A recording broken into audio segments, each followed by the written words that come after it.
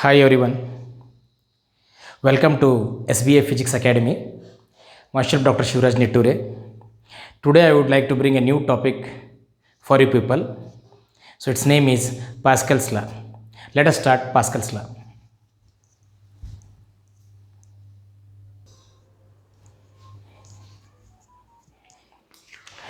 So today let us discuss Pascal's Law. In our earlier videos, what we have discussed that in a given fluid which is placed in a container, pressure at all points lying along the same horizontal plane is same. Okay, it means in a given container, the if you draw one horizontal line, at all points on that horizontal line pressure is same, because pressure of a fluid depends upon the height of the fluid, as we know this formula, P is equal to H rho Z. Okay, height of the fluid, above that point pressure depends on that point. Okay, here Pascal observed one fact and he called that as Pascal's law. What it actually states is, Pascal's law states that if some external pressure is put on any part of the liquid, then that external pressure is transmitted equally in all directions and undiminished to every part of the liquid. So this is called Pascal's law. If you put any pressure on the surface of the liquid, then that pressure is transmitted to every part of the fluid in all the directions equally. How much you have applied that pressure on the surface, that equal amount of pressure is transmitted to every part of the liquid and undiminished in its value. So this is Pascal's law. So that Pascal's law can be explained using this simple diagram. Here is a horizontal tube fitted with a piston, a movable piston. Okay, and these are the vertical columns. The pressure on this horizontal tube, say you consider any point, say you consider this point and this point. All the 3 points are lying on the same horizontal plane, so they are lying on the same horizontal line. Okay, so the pressure at this point is given by the height of the liquid column. That's why irrespective of their shape, the height in the vertical column is same. Understood? Irrespective of the shape, here it is a straight tube, here it is a wide tube, here it is a narrow tube, but also the height of the liquid is same in all the cases. Next, to illustrate the Pascal's law, what we have to do? Let us do one thing. Now apply some external pressure. As I already said, let us put some pressure. Press this piston forward. When press this piston, when this piston move forward, a pressure acts on the fluid. Due to this pressure, the liquid level rises in all the columns, and it rises such that again the new height is same in all the columns. New height will be same, because the pressure what you have applied here on the horizontal tube is equally transmitted in all the cases. That's why after pushing the piston also, the new height is same in all the liquid columns. So this illustrates that the external pressure applied at any point is transmitted to throughout the fluid in all the directions, and it is undiminished in its value. Okay, so Pascal's law has following applications. Pascal's law is used in hydraulic brakes. Hydraulic brakes works on the principle of Pascal's law, and hydraulic lifts also works on the principle of Pascal's law.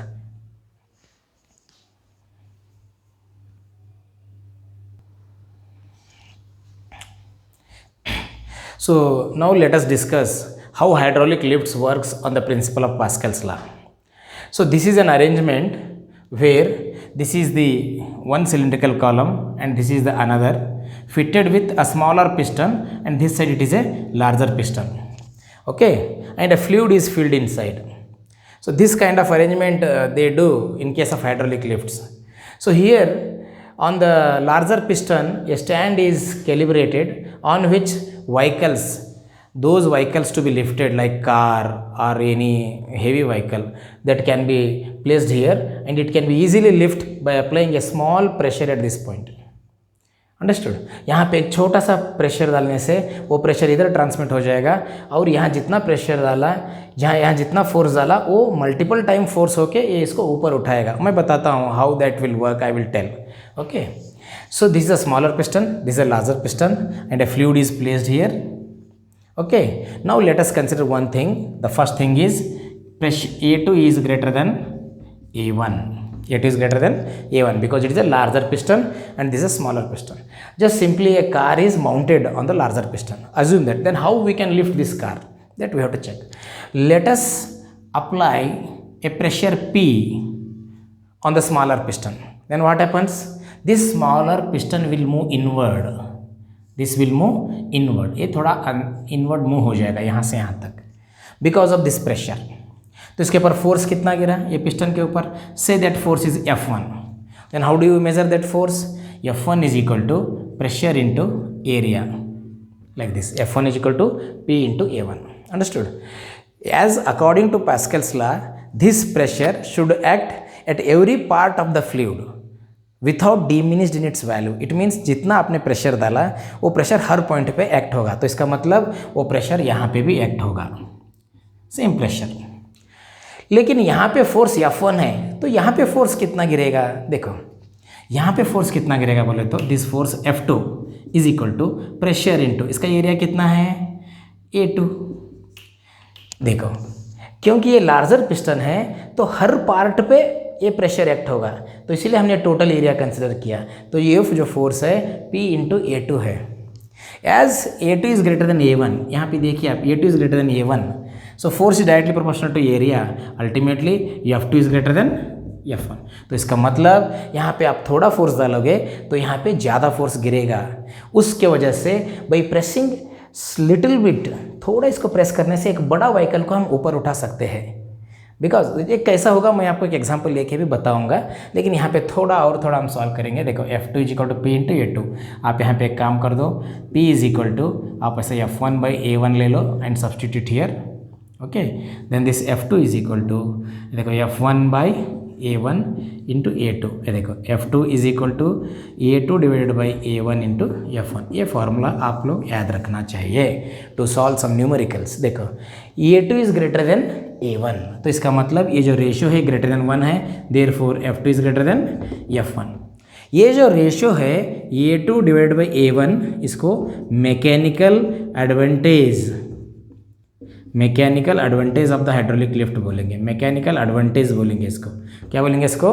Mechanical advantage A2 by A1, क्योंकि ये ratio ही decide करेगा कि F2 F1 से कितना ज़्यादा रहेगा. For example आपको एक एग्जाम्पल से मैं सिखाऊंगा.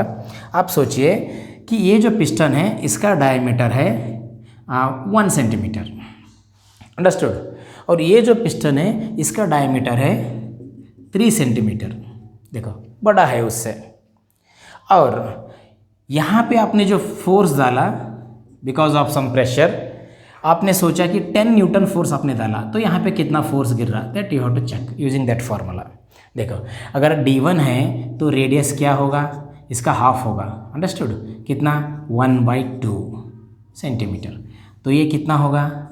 R2 3/2 centimetre. अंडरस्टूड? क्योंकि diameter is 2 times of radius, radius is half of the diameter. तो आप यहाँ इस फार्मूला को थोड़ा सॉल्व कीजिए. देखो F2 इज इक्वल टू क्या होगा? A2 पाई R2 स्क्वायर, देखो पाई R1 square into what is this F1. तो क्या होगा? पाई पाई कैंसिल, तो इसका मतलब R2 by R1 whole square into F1. तो R2 कितना है? 3/2. R1 कितना है? 1/2. देखो 2 भी कैंसिल हो गया, होल स्क्वायर इंटू F1. देखो 2 भी कैंसिल, तो कितना हो गया है? 9 हो गया. अंडरस्टूड? 9 हो गया. सेंटीमीटर भी कैंसिल हो गया, 9 हो गया. 9 टाइम्स ऑफ F1, तो इसका मतलब 9 इंटू 10 न्यूटन. तो कितना हो गया बोलो? F2 इज 90 न्यूटन हो गया. सिर्फ पिस्टन का साइज वेरी करने से. देखो आपने सिर्फ 10 न्यूटन का फोर्स यहाँ पे लगाया तो ये कितना हो गया? 90 न्यूटन हो गया. लाइक दैट अगर आप 100 न्यूटन फोर्स डालोगे तो इधर भी उतना 9 टाइम्स फोर्स ज़्यादा हो जाएगा, 900 टाइम्स हो जाएगा, उधर 900 न्यूटन हो जाएगा. इस तरह से by putting a very small pressure you can lift large heavy objects you can lift. So such that hydraulic lift works. This we have to remember.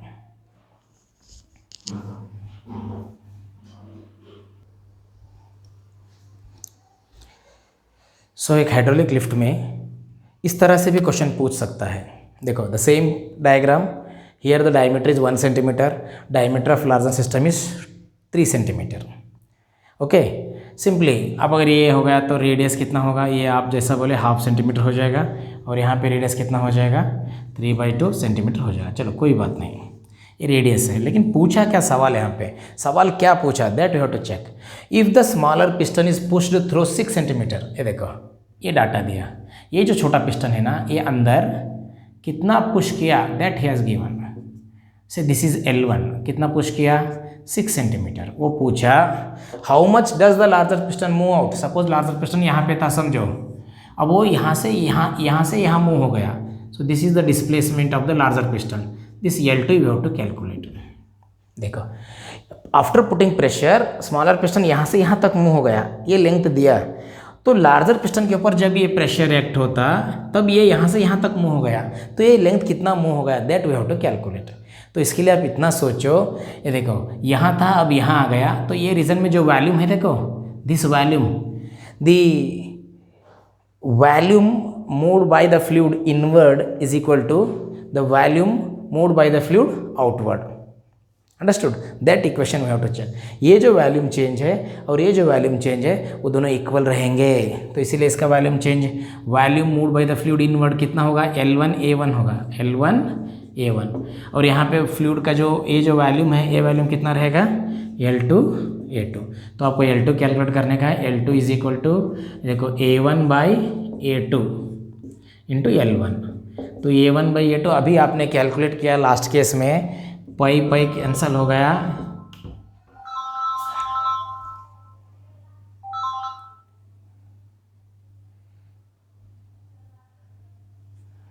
Pi cancel हो गया, यहाँ पे क्या हो जाएगा R1/R2 होल स्क्वायर हो गया, और ये रहेगा L1, तो पाई तो कैंसिल हो गया, R1 is half, R2 is 3/2, so half 3/2 whole square into L1, ये देखो ये गया, तो L1/9, तो इसका मतलब L1 कितना है 6 सेंटीमीटर, तो 6/9 इज योर आंसर।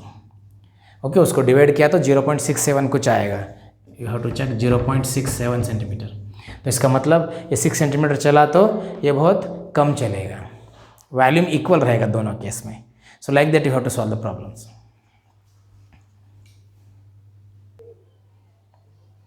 चलो, so let us take one problem on Pascal's law. जैसे कि हमें तो फॉर्मूला मालूम है, एक सिंपल सा प्रॉब्लम है, ताकि उसको यूज़ कैसा करें हमें मालूम हो जाए। ओके, क्या दिया, इन ए कार लिफ्ट, उसका डायग्राम डाल दो आप, देखो इस तरह से, और यहाँ पे थोड़ा बड़ा पिस्टन, ऐसे एक कार का लिफ्ट है, यहाँ पे एक पिस्टन है। कभी भी डायग्राम इमेजिन करने से प्रॉब्लम को हम इजीली सॉल्व कर सकते हैं, राइट। यहाँ पे है कार लिफ्ट, तो यहाँ पे आप एक कार भी लिख दो, राइट, यहाँ पे एक कार है ऊपर, राइट। थोड़ा इसको थोड़ा अच्छी तरह से डायग्राम ड्रा कीजिए आप। तो कार क्या है, इस स्टैंड के ऊपर एक छोटा सा कार को आप ऐसा रख दीजिए, right. This a cars lift. Okay, compressed air exerts, तो इसके अंदर कंप्रेस्ड एयर है, ओके, फ्लूइड है, ये एयर है, ओके। ये force F1 on A small piston, तो इसके ऊपर एक फोर्स एक्ट हो गया, वो है F1, तो उसके वजह से प्रेशर शायद P है, और ये आ जाएगा P into A1, okay. Of radius 5 centimetre, इसका रेडियस कितना दिया है, देखो गिवन, कभी भी लिखना प्रॉब्लम क्लियरली सॉल्व करने के लिए। Radius of first piston, smallest piston is 5 centimetre, चाहे तो 5 इंटू 10⁻² मीटर लिख दो, okay. This pressure is transmitted to the second piston, यहाँ पे जो प्रेशर गिरा वो सेकेंड पिस्टन को ट्रांसमिट हो गया, उसका रेडियस कितना है R2 है। चलो देखो R2 how much 15 centimetre, R2 is यहाँ दिया देखो 15 centimetre, that is 15 into 10⁻² metre. चलो रहने दो।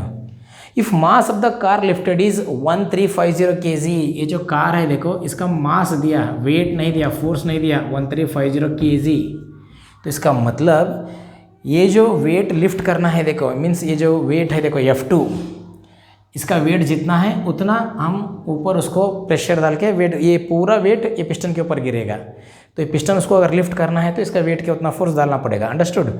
सो दैट्स वाई ये F2 दिया, लेकिन वो मास दिया F2 इक्वल आपको mg करना है, दैट इज 1350 इंटू 9.8 न्यूटन करना है, राइट। वेट हो गया उसका। सवाल क्या पूछे देखो, if the mass of the car lifted is this much, what is calculate F1, तो आपको F1 कैलकुलेट करना है, वेरी सिंपल।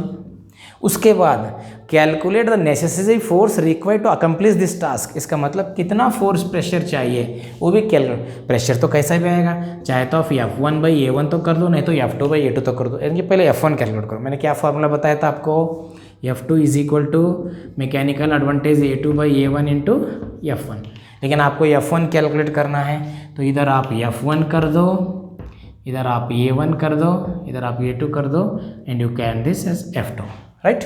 सॉल्व करो आप इसको तो कितना आ जाएगा, ये देखो पाई, ये पाई कैंसिल हो जाएगा, R1/R2 ये होल स्क्वायर हो जाएगा, और यहाँ पे F2 तो क्या हो जाएगा, F1 is equal to pi pi cancel, R1 कितना है 5, ये 15, तो ये 5/15 whole square it is 1/3 square, this is 1350 into 9.8। इसको पूरे तरह से आप सॉल्व करो, आपका आंसर आ जाएगा, it is nearly about 1470 Newton, 1470 Newton. Nearly इसको 1.5 इंटू 10³ बोल के आप लिख सकते हैं, NCERT में ऐसे लिखे से 1.5 इंटू 10³ न्यूटन आप लिख सकते हो। सो इतना फोर्स उसके ऊपर एक्ट होगा। अब तो प्रेशर कैसा कैलकुलेट करोगे, simple, pressure is equal to F1/A1 है, देखो 1.5 इंटू 10³ कर दो, यहाँ पाई कर दो, A1 क्या है R1², R1 is 5 into 10⁻² whole square कर दीजिए। तो इसका आंसर आपको सॉल्व करने के बाद आ जाएगा, इट इज़ अराउंड 1.9 इंटू 10⁵। इतना आंसर आ जाएगा इसका, अंडरस्टूड। इसको सॉल्व करने के बाद it is almost double 2 atmospheric pressure को इक्वल है। तो इस तरह से आप डाटा लेके प्रेशर भी कैलकुलेट किया, आप इनिशियल फोर्स यहाँ पे जो फोर्स एक्ट हो रहा है ये फोर्स भी कैलकुलेट किया, और प्रेशर जितना क्रिएट हो रहा है उस वो भी कैलकुलेट किया आपने। वेट दिए तो ये प्रेशर कैलकुलेट करने के लिए आपको आना चाहिए। So this is how we solve the problem. So let us conclude this topic. मैंने आपको बताया Pascal's law, that is if any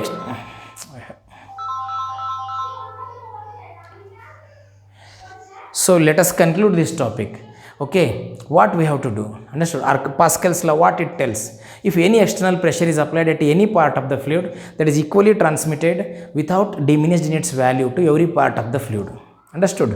And its main applications is hydraulic lift and hydraulic brakes. Hydraulic breaks have special advantage, वो उसका special advantage है hydraulic breaks का। थोड़ा सा pedal के ऊपर प्रेशर डालने से बड़े से बड़े ट्रक और ट्रेन भी हम रोक सकते हैं। Understood?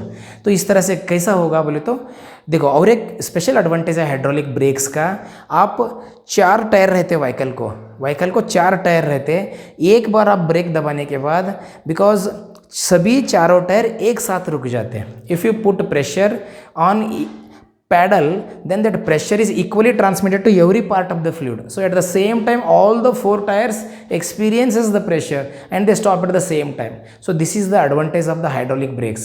So like that hydraulic brakes, that's why they use this Pascal, on the basis of Pascal's law, using the fluid pressure concept only hydraulic brakes works. Thank you.